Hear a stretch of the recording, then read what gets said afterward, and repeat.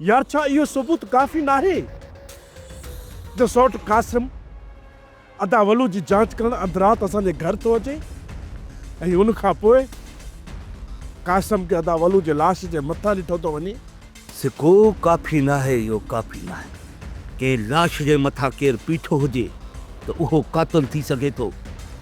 जे मुंहिंजो भाउ कासिम लाश जे मथां बीठो त तुंहिंजी नज़र में उहो कातिल आहे, पर मुंहिंजे भाउ खाग में रूंडियारा ते बीठा पोइ तूं उन्हनि खे कातिल छो नथो सम्झी? वधीक मां उन्हनि खे टारे कोन सघंदुसि।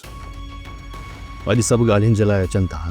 नंढा साईं फ़िलहाल तव्हां उन्हनि जूं ॻाल्हियूं ॿुधो, पर कासिम खे साम्हूं आणण जी का ॻाल्हि न कजो। अॼु त मां उन्हनि खे टारे वेंदुसि, पर सुभाणे कासिम जो हिते हुजणु ज़रूरी आहे। राति ताईं कासिम तव्हां वटि हूंदा। मुंहिंजो मक़सदु आहे त असां ॿिन्हिनि मां अञा कातिल टी धुर आहे। वलू जी रड़नि ते रूंडियारा पुॻा या कासिम पुॻो, इहो मसइलो नाहे। असुल मक़सदु इहो आहे त कातिल अञा लिकियल आहे, का टी धुर आहे। जाबिर, छा तूं मूंखे ॿार थो सम्झी?